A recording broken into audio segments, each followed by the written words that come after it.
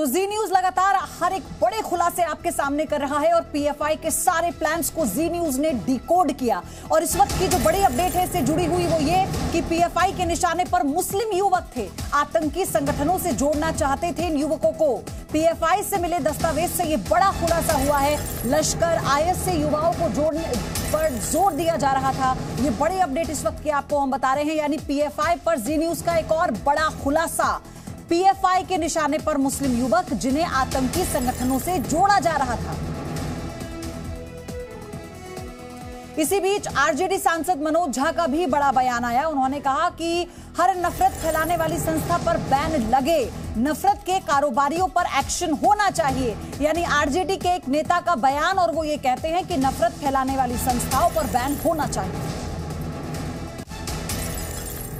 Manoj ji, PFI पर ban लगाया गया है, गृह मंत्रालय ने अधिसूचना जारी कर दी। आप लोगों बिजनेस लोन के लिए बैंक गए तो बिजनेस प्लान दिखाइए करके पूछते हैं। बिजनेस प्लान कैसे करना है, इसे प्रैक्टिकली सीखना है तो फ्रीडम ऐप को अभी डाउनलोड करें। क्या प्रतिक्रिया है इस पर? सीधी सी बात है कि बीते 8 वर्षों से 7 वर्षों से अक्सर हेडलाइन मैनेजमेंट होता था कि आज एक खबर चलाई गई, हर जगह चली, सरकार ने खुद पीठ थपथपाई, आज आपने ये किया, मुबारक हो। अगर आपके पास लिंक मिला है तो जाहिर तौर पर अनुसंधान की एजेंसियों के निर्णय के आधार पर आपने ये किया। लेकिन अब ये शुरुआत आपने की है। हर वो संस्था जो नफरत और घृणा का कारोबार करती है, आप उसको बैन करिए। एक संस्था है जो गोवा महाराष्ट्र में, जिसने 4 रैशनलिस्ट की हत्या कर दी, उस पर चर्चा होनी चाहिए। और ये भी चर्चा हो कि भाई माननीय सर्वोच्च न्यायालय ने हेट स्पीच के बारे में कहा, वो कौन संगठन है जो घृणा का कारोबार करते हैं, नफरत का व्यापार करते हैं, उन सब पर भी कार्रवाई हो।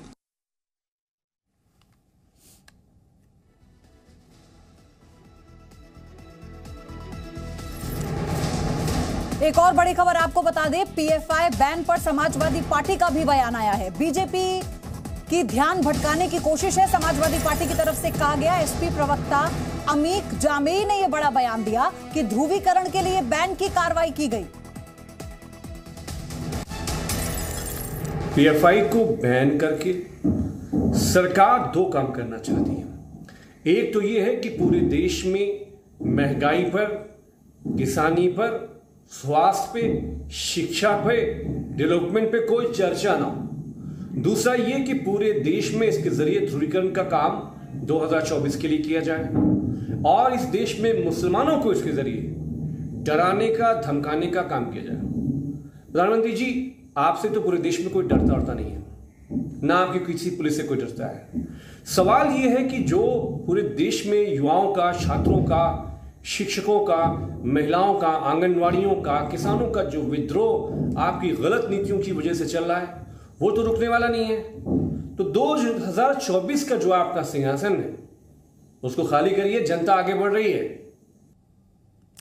तो लगातार तमाम सहयोगी जी न्यूज के इस वक्त जुड़े हुए हैं, ग्राउंड से भी आपको हर जानकारी हम दे रहे हैं। जयपाल शर्मा इस वक्त मेरे साथ हैं। जयपाल, पॉलिटिकल रिएक्शन आने लगातार शुरू हो चुके हैं और कई ऐसी पार्टी हैं जो इस कार्रवाई पर ही सवाल उठा रही हैं, इस बैन पर सवाल उठा रही हैं। जी बिल्कुल, देखिए पीएफआई पे बैन होने के बाद जो है ये तय था कि जो राजनीतिक पार्टियां हैं वो उसका राजनीतिक लाभ उठाएगी।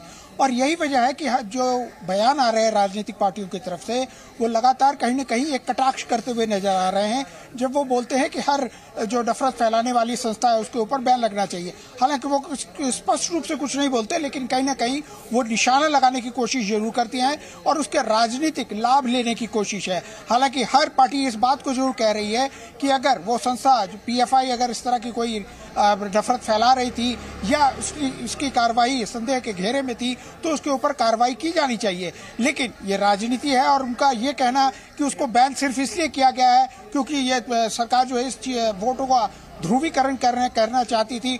तो जाहिर तौर पे उन्हें जो एनआईए के द्वारा जो नोटिफिकेशन जारी किया गया है उसके अंदर में बाकायदा एनआईए के द्वारा पूरा ब्यौरा दिया गया है। 2016 से लेकर के 2022 के बीच में भले वो केरल के अंदर में जो घटनाएं हुई हों कर्नाटक के अंदर में घटनाएं हुई हो, तमिलनाडु के अंदर में घटनाएं हुई हो, उनका सिलसिलेवार से ब्यौरा दिया गया है और ये बताया गया है कि जो इन्वेस्टिगेशन के अंदर में किस तरह से पीएफआई की भूमिका सामने में आई थी।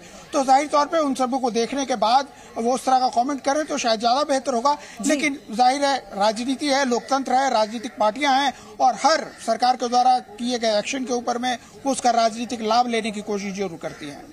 जयपाल, अभी हम किस तरह का और एक्शन मोड आने वाले दिनों में देखेंगे इस बैन के बाद से, क्योंकि जितने भी इसके दफ्तर हैं या फिर और ऐसे जो विंग्स इसके बने हुए हैं जो लगातार काम कर रहे थे देश विरोधी हरकतों को लेकर, इस पर कैसे अब एक्शन होगा? वो नया एक्शन मोड क्या होगा? जी देखिए, इस वक्त मैं जो हूँ पीएफआई के बेंगलुरु हेडक्वार्टर्स के सामने में हूँ। देखिए सामने में ये 2 मंजिला इमारत है और यही पीएफआई का यहाँ का हेडक्वार्टर्स है। इससे पहले जो है यहाँ पर जो पीएफआई की तरफ से जो भी प्रेस कॉन्फ्रेंसेस वगैरह होती थी उसको यही आयोजित किया जाता था। इनकी मीटिंग का भी ये एक प्रमुख स्थल रहता था।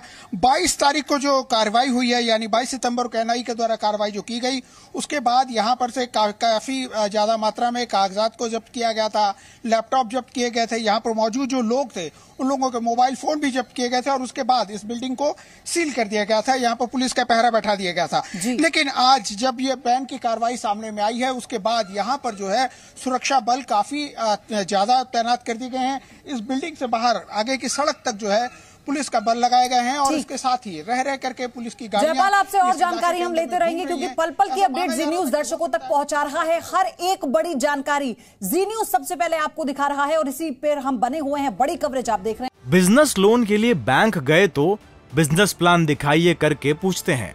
बिजनेस प्लान कैसे करना है, इसे प्रैक्टिकली सीखना है तो फ्रीडम ऐप को अभी डाउनलोड करें।